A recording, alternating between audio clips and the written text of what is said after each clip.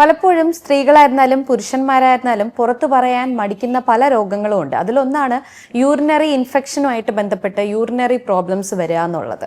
അപ്പോൾ ഇതിനെക്കുറിച്ചാണ് ഇന്ന് നമ്മൾ സംസാരിക്കുന്നത്, യൂറിനറി ബ്ലാഡർ ക്യാൻസറിനെ കുറിച്ച്.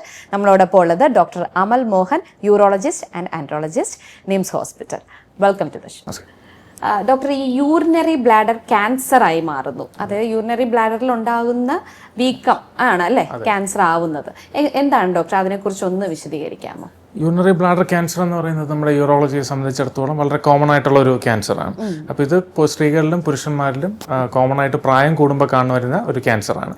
കോമൺ ആയിട്ടും ഈ ക്യാൻസർ പ്രസന്റ് ചെയ്യുന്നത് മൂത്രത്തിൽ ബ്ലഡ്, അതായത് യൂറിൻ പാസ് ചെയ്യുമ്പോൾ അതിൽ ബ്ലഡ് എന്നുള്ള രീതിയിലാണ് കോമൺ ആയിട്ട് പ്രസന്റ് ചെയ്യുന്നത്.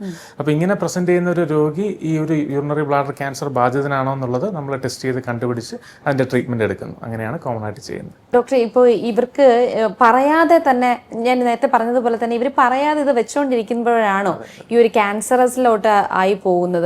അപ്പോൾ ആദ്യം തന്നെ ഇതിന്റെ ആ ഒരു ലക്ഷണങ്ങൾ എന്തൊക്കെയായിരിക്കും, എങ്ങനെയായിരിക്കും നമുക്ക് ഡോക്ടറിനെ സമീപിക്കേണ്ടി വരുന്ന ആ ഒരു സാഹചര്യം എപ്പോഴാണ്? മൂത്രസഞ്ചിയിലെ ക്യാൻസറിന്റെ കോമണസ്റ്റ് ആയിട്ടുള്ള ലക്ഷണം യൂറിൻ ഒഴിക്കുമ്പോൾ അതുവഴി രക്തം പോവുക എന്നുള്ളതാണ്. അപ്പോൾ അതല്ലാതെ കാണുന്ന ലക്ഷണങ്ങൾ അടിക്കടി യൂറിൻ ഒഴിക്കേണ്ടി വരിക, യൂറിൻ ഒഴിക്കുമ്പോൾ ഒരു ഇറിറ്റേഷൻ തോന്നുക, രാത്രി കാലങ്ങളിൽ ഒരുപാട് തവണ യൂറിൻ ഒഴിക്കേണ്ടി വരിക തുടങ്ങിയവയൊക്കെയാണ്. അപ്പോൾ ഇങ്ങനെ നമ്മൾ കോമൺ ആയിട്ട് കാണുന്നത് മൂത്രത്തിൽ രക്തം പോകുന്ന സിംറ്റം ഉണ്ടെങ്കിലും രോഗി ഇത് കുറേ കാലം മറച്ചു വെച്ച് ഡോക്ടറെ കാണാതെ മുന്നോട്ട് പോകുന്നതായിട്ടാണ് കോമൺ ആയിട്ട് കാണുന്നത്. മൂത്രസഞ്ചിയിലെ അർബുദത്തിന്റെ നമ്മുടെ ചികിത്സയിലെ ഏറ്റവും പ്രധാനപ്പെട്ട ഘടകം എന്നത് ഏർലി സ്റ്റേജിൽ അസുഖം കണ്ടുപിടിക്കുക എന്നുള്ളതാണ്.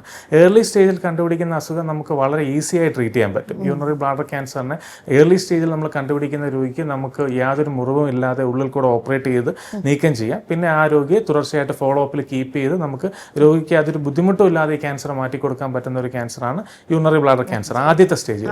എന്നാൽ സ്റ്റേജ് അഡ്വാൻസ് ചെയ്യും തോറും ഇതിന്റെ ട്രീറ്റ്മെന്റ് വളരെയധികം കോംപ്ലിക്കേറ്റഡ് ആയി മാറുന്നു. സ്റ്റേജ് അഡ്വാൻസ് ചെയ്ത് യൂറിനറി ബ്ലാഡറിലെ മസിൽ ലെയറിനെ പിയേഴ്സ് ചെയ്ത് ഈ ക്യാൻസർ മുന്നോട്ട് പോവുകയാണെങ്കിൽ നമുക്ക് പിന്നെ രോഗിയുടെ ബ്ലാഡർ പൂർണ്ണമായിട്ട് എടുത്തു മാറ്റേണ്ടി വരും. രോഗിയുടെ ബ്ലാഡർ എടുത്തു മാറ്റുമ്പോൾ മൂത്രം പോകാനായിട്ട് കുടൽ വഴി മൂത്രസഞ്ചി ആർട്ടിഫിഷ്യലായിട്ട് ക്രിയേറ്റ് ചെയ്ത് രോഗിയുടെ വയറിലോട്ട് അത് കണക്ട് ചെയ്ത് വയറ് വഴി ബാഗിലോട്ട് യൂറിൻ പോകുന്ന ഒരു അവസ്ഥയിലോട്ട് രോഗി നമുക്ക് മാറേണ്ടി വരും. അപ്പോൾ ഏർലി ഡയഗ്നോസിസ് ആദ്യം തന്നെ സ്റ്റേജിൽ തന്നെ ഇത് കണ്ടുപിടിക്കുക എന്നുള്ളത് വളരെയധികം പ്രധാനമാണ്. അതുകൊണ്ട് തന്നെയാണ് യൂറിനിൽ ബ്ലഡ് കാണുന്ന രോഗികൾ വളരെ ഏർലി ആയിട്ട് ഡോക്ടറെ കാണുകയും യൂറോളജിസ്റ്റിനെ കാണുകയും അത് പ്രോപ്പറായിട്ട് ഇവാലുവേറ്റ് ചെയ്യേണ്ടതും വളരെയധികം അത്യാവശ്യമാണ്. ഒരു ഏതൊക്കെ ഏജിലായിരിക്കും ഇങ്ങനെ ഒരു യൂറിനറി ബ്ലാഡർ ക്യാൻസർ വരാനുള്ള ഒരു സാധ്യത? ഏത് ഏജിലായിരിക്കും? കോമൺ ആയിട്ട് യൂറിനറി ബ്ലാഡർ ക്യാൻസർ ഓൾഡ് ഏജിലാണ് കാണുന്നത്. 50 വയസ്സിന് മുകളിലുള്ള രോഗികളിലാണ് കാണുന്നത്. സ്ത്രീകളിലും പുരുഷന്മാരിലും കാണാറുണ്ട്. പുരുഷന്മാരിലാണ് കുറച്ചുകൂടെ കൂടുതലായിട്ട് കാണുന്നത്. അതിലൊരു പ്രധാനപ്പെട്ട റിസ്ക് ഫാക്ടർ സ്മോക്കിംഗ് ആണ്. സ്മോക്കിംഗ് ചെയ്യുന്ന പുരുഷന്മാരിലാണ് കോമണസ്റ്റ് ആയിട്ട് യൂറിനറി ബ്ലാഡർ ക്യാൻസർ കാണുന്നത്. നോൺ സ്മോക്കേഴ്സിലും കാണാറുണ്ട്, പക്ഷേ അത് റേറ്റ് വളരെയധികം കുറവാണ്. വളരെയധികം കോമൺ ആയിട്ട് കാണുന്ന സ്മോക്കേഴ്സ് ആയിട്ടുള്ള മെയിൽ പേഷ്യൻസിലാണ്. ഓക്കെ. ഈ സ്ത്രീകളിൽ കാണുന്നു എന്ന് പറയുമ്പോൾ ഇപ്പോൾ ഇവര് ഏജ്ഡ് ആയിട്ടുള്ള സ്ത്രീകൾ ചുമയ്ക്കുമ്പോഴോ തുമ്മുമ്പോഴോ ഒക്കെ മൂത്രം പോകുന്ന ഒരു അവസ്ഥയിലേക്കൊക്കെ വരുന്ന അവർക്ക് ഇങ്ങനെയുള്ള അത് രണ്ട് അസുഖമാണ്, തമ്മിൽ റിലേഷൻ ഇല്ല. നമ്മൾ സ്ട്രെസ് ഇൻകോണ്ടിനൻസ് എന്ന് പറയുന്ന പെല്വിക് മസിൽസ് വീക്ക് ആകുമ്പോൾ ഉണ്ടാകുന്ന കണ്ടീഷനാണ്. അതും ബ്ലാഡർ ക്യാൻസറും തമ്മിൽ റിലേഷൻ ഇല്ല. ഓക്കെ. അപ്പോൾ ഈ ഒരു ഇൻഫെക്ഷൻ അങ്ങനെ എന്തെങ്കിലും ആയിട്ട് ഇൻഫെക്ഷനുമായിട്ട് അങ്ങനെ പൊതുവിൽ പറയാനൊരു ബന്ധം ഇല്ല. കോമണസ്റ്റ് ആയിട്ട് നമ്മൾ ഏറ്റവും സ്ട്രോങ് ആയിട്ടുള്ള അസോസിയേഷൻ എപ്പോഴും സ്മോക്കിംഗ് തന്നെയാണ്. പിന്നെ പല ജനിതക കാരണങ്ങൾ കൊണ്ടും വരാറുണ്ട്. വേറെ റേഡിയേഷൻ, ഡ്രഗ്സ്, ജനിതക കാരണങ്ങൾ, അങ്ങനത്തെ കാരണങ്ങൾ കൊണ്ടും വരാറുണ്ട്. എന്നാലും നമുക്ക് അവോയ്ഡ് ചെയ്യാൻ പറ്റുന്നതും സമൂഹത്തിൽ വളരെ കോമൺ ആയിട്ടും കാണുന്ന റിസ്ക് ഫാക്ടർ സ്മോക്കിംഗ് തന്നെയാണ്. പക്ഷേ സ്ത്രീകൾക്കിടയിൽ സ്മോക്കിംഗ് വളരെയധികം കുറവാണ്. അതാണ് മറ്റു കാരണങ്ങളും ഉണ്ട് ഇതിന്, മറ്റു ജനറ്റിക് ആയിട്ടുള്ള കാരണങ്ങളും അങ്ങനെ ഉണ്ടെങ്കിലും കോമണസ്റ്റ് ആയിട്ടുള്ളത് സ്മോക്കിംഗ് തന്നെയാണ്. ഓക്കെ. ഇപ്പോൾ ഈ ഒരു രോഗിക്ക് ക്യാൻസർ വന്നു, അപ്പോൾ കീമോതെറാപ്പി അങ്ങനെയുള്ള എന്തൊക്കെയാണ് ഒരു മെഡിസിനൽ കാര്യങ്ങൾ എന്തൊക്കെയായിരിക്കും കൊടുക്കുക?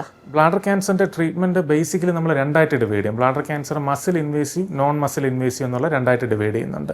നോൺ മസിൽ ഇൻവേസീവ് എന്നുള്ളതാണ് ബ്ലാഡർ ക്യാൻസറിന്റെ ആദ്യകാലത്തിലെ ഘട്ടങ്ങൾ. അപ്പോൾ നമ്മൾ ഏർലി ആയിട്ട് കിട്ടുന്ന ഒരു രോഗിയെ നമുക്ക് നോൺ മസിൽ ഇൻവേസീവ് എന്നുള്ള സ്റ്റേജിൽ കിട്ടുകയാണെങ്കിൽ അവർക്ക് നമ്മൾ ഉള്ളിൽ കൂടെ എൻഡോസ്കോപ്പിക് ഓപ്പറേഷൻ ചെയ്ത് ഈ മുഴ നീക്കം ചെയ്യുന്നു. അതിനുശേഷം രോഗിയെ കൃത്യമായ ഫോളോ അപ്പിൽ വയ്ക്കുന്നു. ചില രോഗികളിൽ അത് ട്യൂമറിന്റെ ഗ്രേഡ് അനുസരിച്ച് നമുക്ക് മൂത്രസഞ്ചിയിലോട്ട് കീമോതെറാപ്പി മരുന്നുകൾ ഇടേണ്ടി വരാറുണ്ട്. എന്നിരുന്നാലും അത് രോഗിയെ വളരെയധികം ബുദ്ധിമുട്ടിക്കുന്ന ഒരു ട്രീറ്റ്മെന്റ് ആയിട്ട് മാറും. മാറുന്നില്ല. എന്നിരുന്നാൽ ഇത് സ്റ്റേജ് അഡ്വാൻസ് ചെയ്ത് മസിൽ ഇൻവേസീവ് ബ്ലാഡർ ക്യാൻസർ ആയി കഴിയുമ്പോഴത്തേക്കും ഞാൻ നേരത്തെ പറഞ്ഞതുപോലെ യൂറിനറി ബ്ലാഡർ പൂർണ്ണമായിട്ട് നീക്കം ചെയ്യേണ്ടി വരുന്നു. അതിനോടൊപ്പം റേഡിയേഷനും കീമോതെറാപ്പിയും ജനറൽ ആയിട്ടുള്ള റേഡിയേഷനും കീമോതെറാപ്പിക്കും രോഗിയെ നമുക്ക് കൊടുക്കേണ്ടി വരുന്നു. അപ്പോൾ അത് രോഗിക്ക് കൂടുതൽ ബുദ്ധിമുട്ടുണ്ടാക്കുന്നു, ക്വാളിറ്റി ഓഫ് ലൈഫ് കുറയുന്നു, അങ്ങനത്തെ പ്രശ്നങ്ങൾ ഉണ്ടാക്കുന്നുണ്ട്. അതുകൊണ്ട് തന്നെയാണ് നമ്മൾ എപ്പോഴും സ്ട്രെസ് ചെയ്യുന്നത് ഏർലി ഡയഗ്നോസിസ് ആണ് ഈ കാർസിനോമ ബ്ലാഡർ, അതായത് ബ്ലാഡർ ക്യാൻസറിലെ ഏറ്റവും പ്രധാനപ്പെട്ട ഘടകം. ഓക്കെ, ഒരു ഏർലി സ്റ്റേജിൽ തന്നെ പെട്ടെന്ന് നമുക്ക് യൂറിനറി ക്യാൻസറിനെ നമുക്ക് തടയാമെന്ന് പറയുന്നല്ലോ. അപ്പോൾ അങ്ങനെയാണെന്നുണ്ടെങ്കിൽ പിന്നീട് അവർക്ക് നോർമൽ ലൈഫിലേക്ക് തന്നെ തിരിച്ചു പോകാൻ സാധിക്കും. Early non muscle invasive bladder cancer ആ ഒരു സ്റ്റേജിൽ നമ്മൾ കണ്ടുപിടിക്കുന്ന രോഗികൾക്ക് നമ്മൾ എൻഡോസ്കോപ്പിക് ട്രീറ്റ്മെന്റ് ആണ് ചെയ്യുന്നത്. എൻഡോസ്കോപ്പിക് ട്രീറ്റ്മെന്റ് കൊണ്ട് രോഗിക്ക് പൊതുവിൽ വലിയൊരു ബുദ്ധിമുട്ടൊന്നും ഉണ്ടാകുന്നില്ല. ഒരു ദിവസത്തെ സ്റ്റേ കൊണ്ടുള്ള ഒരു ഓപ്പറേഷൻ, അതിനുശേഷം പിന്നെ ഒരു 3 മാസം നമ്മൾ വീണ്ടും എൻഡോസ്കോപ്പി ചെയ്ത് ട്യൂമർ വീണ്ടും വരുന്നുണ്ടോ എന്ന് നോക്കുന്നു. അങ്ങനത്തെ ഫോളോ പ്രോട്ടോകോൾസേ വരുന്നുള്ളൂ. അവർക്ക് സാധാരണ അവരുടെ ജീവിതത്തിൽ അതൊരു ബുദ്ധിമുട്ടുണ്ടാക്കത്തില്ല.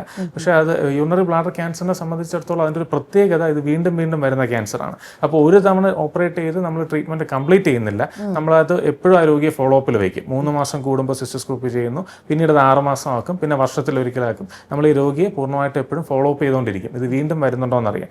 വീണ്ടും വരികയാണെങ്കിൽ നമുക്ക് ഏർലി സ്റ്റേജിൽ കണ്ടുപിടിച്ചാൽ ഇതുപോലെ നമുക്ക് എൻഡോസ്കോപ്പിക് ട്രീറ്റ്മെൻറ്റ് ചെയ്ത് രോഗിയെ നമുക്ക് ക്യൂർ ചെയ്യാൻ പറ്റും. അതുകൊണ്ടാണ് നമ്മൾ ആ പേഷ്യൻറ്റിനെ എപ്പോഴും ഒരു ഫോളോ അപ്പിൽ വയ്ക്കുന്നത്. ഓക്കെ, ഒരു 50+ ഏജിലുള്ള ആളുകൾക്കാണ് യൂറിനറി ബ്ലാഡർ ക്യാൻസർ വരുന്നു എന്ന് പറഞ്ഞത്.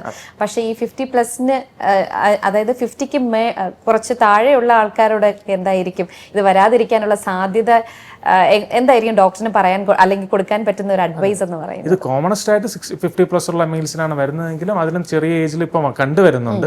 കോമണസ്റ്റ് ആയിട്ട് ഞാൻ പറഞ്ഞതിൻ്റെ റിസ്ക് ഫാക്ടർ എന്ന് പറയുന്നത് സ്മോക്കിംഗ് തന്നെയാണ്. അപ്പോൾ സ്മോക്കിംഗ് എല്ലാ രീതിയിലും നമ്മുടെ മൂത്രസഞ്ചിയുടെ കാര്യത്തിലായാലും കിഡ്നിയുടെ ക്യാൻസറിൻ്റെ കാര്യത്തിലായാലും നമ്മുടെ ഹൃദയത്തിൻ്റെ ആരോഗ്യത്തിലായാലും ബാക്കി ഇൻഡസ്റ്റൈൻ്റെ ആരോഗ്യത്തിലായാലും എന്തിരുന്നാലും സ്മോക്കിംഗ് ഒരു വളരെ മോശം ഫാക്ടർ തന്നെയാണ്. അപ്പോൾ നമ്മൾ അത് എന്ത് വില കൊടുത്തും അവോയ്ഡ് ചെയ്യണം. സ്മോക്കിംഗ് ഉള്ളവർ എങ്ങനെയും നിർത്തണം. അത് തന്നെയാണ് ബേസിക്കലി അതിന് ഏറ്റവും പ്രധാനപ്പെട്ട അഡ്വൈസ്. ഓക്കെ, അപ്പോൾ ഒരു നല്ലൊരു അഡ്വൈസ് ആണ്. സ്മോക്ക് ചെയ്യുന്നവർ എന്തായാലും സൂക്ഷിക്കുക, പല അവയവങ്ങളും നഷ്ടപ്പെടാൻ സാധ്യതയുണ്ട്. എനിവേ, മറ്റൊരു കണ്ടന്റുമായിട്ട് വീണ്ടും കാണാം. Thank you doctor. Thank you.